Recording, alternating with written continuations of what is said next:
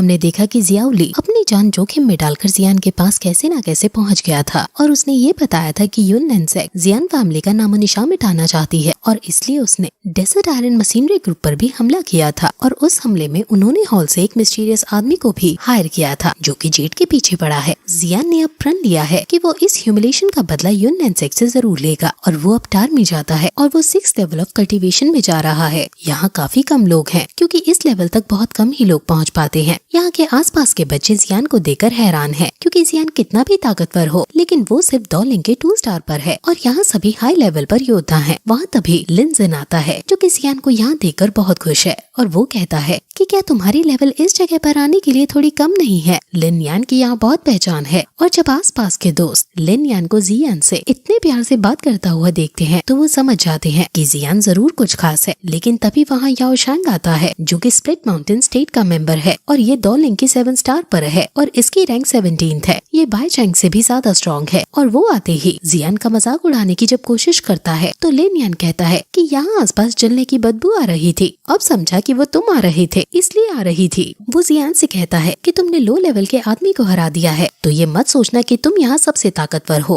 और इनकोट को डोमिनेट करोगे। जियान कहता है कि अगर तुम्हें मेरी काबिलियत पर इतना ही शक है तो तुम ही क्यों नहीं मुझे चैलेंज कर लेते। उसे बहुत ज्यादा गुस्सा आता है और अब ये दोनों एक दूसरे की चुनौती एक्सेप्ट कर लेते हैं और इनमें अब फाइट होने वाली है। शन अपनी यूनिक वाटर फाइटिंग स्किल जिसका नाम वेल वाटर विल है उसका यूज करता है और जियान अपनी तलवार से उस पर हमला करने के लिए बढ़ता है लेकिन वो शील्ड क्रिएट करके उससे डिफेंस कर लेता है और उसे धक्का देकर पीछे फेंक देता है। जियान को झटका लगता है लेकिन उसको खुद को भी रिकॉइल की वजह से धक्का लगता है। उसकी वाटर अटैक में कोरोजन इफेक्ट भी है और अगर जियान ने वो स्ट्रेंज फायर ना निकली होती तो शायद इसका असर भी अब तक बुरा हो गया होता। वो जियान को पहले ही अटैक में नहीं हरा पाया इसलिए उसे थोड़ा अजीब लगता है और वो अपने पंजे निकालकर जियान पर कॉम्बैट फाइट करके हमला करता है। जियान उससे बचने लगता है लेकिन जियान को काफी ज्यादा दिक्कत हो रही है और जियान उससे बचकर मौका पाते ही काउंटर अटैक करता है जिससे शेंग दूर जाकर गिरता है और फिर जियान उस पर 3000 थंडर फीट का यूज करके आगे बढ़कर जब हमला करने ही वाला होता है और उसको हमला लगने ही वाला होता है तो तभी वहाँ लियू किंग आकर उनकी फाइट को रोक देता है। लियू किंग और शेन एक ही ग्रुप के मेंबर है इसलिए लियू किंग शेन को वापस जाकर प्रैक्टिस करने को कहता है और कहता है कि कॉन्टेस्ट में तुम अपना बदला इससे ले लेना। लियू किंग जियान से कहता है कि मैं बस टूर्नामेंट का वेट कर रहा हूँ, जब वो वक्त आएगा तुम्हें अपनी आंखों के सामने मौत नाचती हुई नजर आएगी। वही तभी वो लिटिल गर्ल जिसका नाम जियान है वो आती है और कहती है कि जियान मेरा दोस्त है, कौन उसको दुख पहुंचा रहा है। जियान के आते ही शेन और लियू किंग उसके सामने झुककर उसको प्रणाम करते हैं और जियान के पास आकर पूछती है कि कौन तुम्हें बुली करने की कोशिश कर रहा था, क्या तुम किसी दिक्कत में हो। जिस पर जियान कहता है कि ये तो कुछ नहीं है, ये मैं खुद सॉल्व कर लूंगा, तुम्हारा धन्यवाद पूछने के लिए। लियू किंग अब डर रहा है कि जियान के पास इतनी बड़ी शक्ति है जो वो हमारे खिलाफ इस्तेमाल कर सकता है। जियान पूछती है कि क्या तुम चाहते हो कि मैं उसको तुम्हारे लिए थप्पड़ लगाऊं।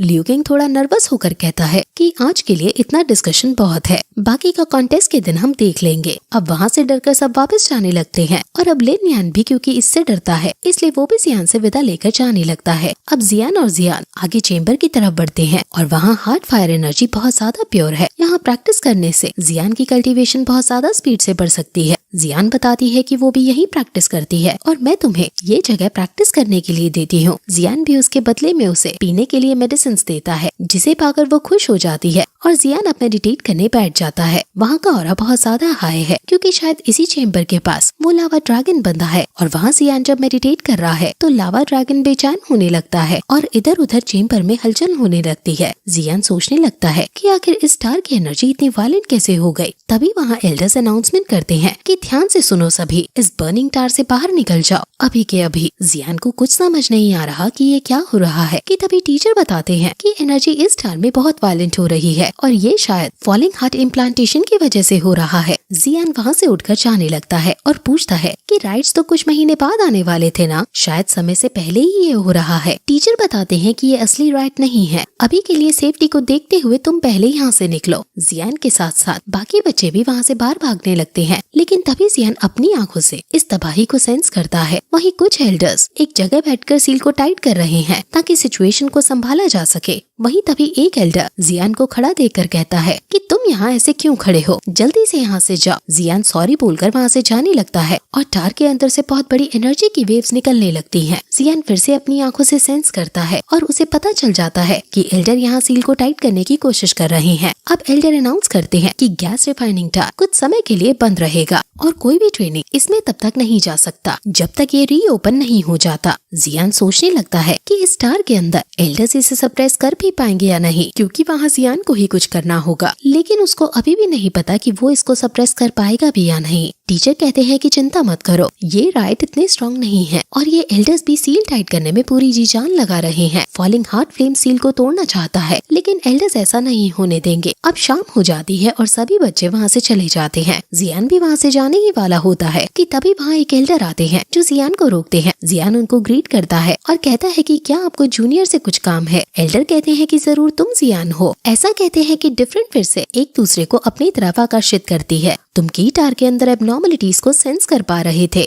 और ये जरूर तुम्हारे अंदर की स्ट्रेंज फायर की वजह से पॉसिबल हो पाया है। तुम डरो मत, तुम मुझे बता सकते हो। मैं बस तुम्हें ये बताना चाहता हूँ कि अपने इस स्ट्रेंज फायर के बारे में और किसी को मत बताना। ये अट्रैक्शन क्रिएट कर सकती है और तुम्हारी जान को खतरा बन सकता है। जियान प्रॉमिस करता है कि मैं किसी को नहीं बताऊंगा। अब एल्डर कहते हैं कि मैंने तुम्हारे बारे में बहुत सुना है और इस एज में इतनी फायर्स को कंट्रोल करना सच में काबिल तारीफ है। ये एल्डर बहुत हाई पोस्ट पर हैं और वो जियान से अब खुलकर बात करते हैं और कहते हैं कि हमने बहुत मुश्किल से सील को मेंटेन कर रखा था अभी, और ये लॉन्ग टर्म सोल्यूशन नहीं है। शायद तुम हमारे इसको कंट्रोल करने में हेल्प कर सको। जियान कहता है कि आप बड़े बड़े एल्डर्स के सामने मैं छोटा योद्धा क्या कर पाऊंगा भला, जिस पर वो हंसकर कहते हैं कि तुम्हारे पास डिफरेंट फायर्स हैं और तुमको कम नहीं आंका जा सकता है और तुम चिंता मत करो। अगर तुमको कष्ट हो रहा होगा या तुम मना कर दोगे तो मैं तुम्हें फोर्स नहीं करूंगा हमारी हेल्प करने से। जियान भी सोचने लगता है कि शायद ये सही मौका है। अगर मैं इनकी हेल्प कर पाया तो मैं इनसे बदले में फॉलन हार्ट फ्लेम ले पाऊंगा। वहीं जी जूनियर दुखी बैठी है और सोच रही है कि 1 महीने बाद मुझे मेरी फैमिली वाले लेने आ जाएंगे और जियान से मुझे दूर होना पड़ेगा। वहीं अब जियान आता है और जी जूनियर के पास बैठता है और वो दोनों बहुत ज्यादा रोमांटिक बातें करते हैं और आसमान में तारों को देखते हुए अपना फ्यूचर डिस्कस करके रोमांटिक बातें करने लगते हैं। वहीं तभी उन्हें शूटिंग स्टार दिखता है और वो दोनों अपने अपने विश मांगते हैं। अब जियान जी जूनियर को एक तोहफा देता है और उसके अंदर बहुत अच्छे आभूषण रखे हैं। वो खुद अपने हाथों से जी जूनियर को पहनाता है और जी जूनियर उसके गले से लग जाती है और फिर ये एपिसोड यहीं खत्म हो जाता है।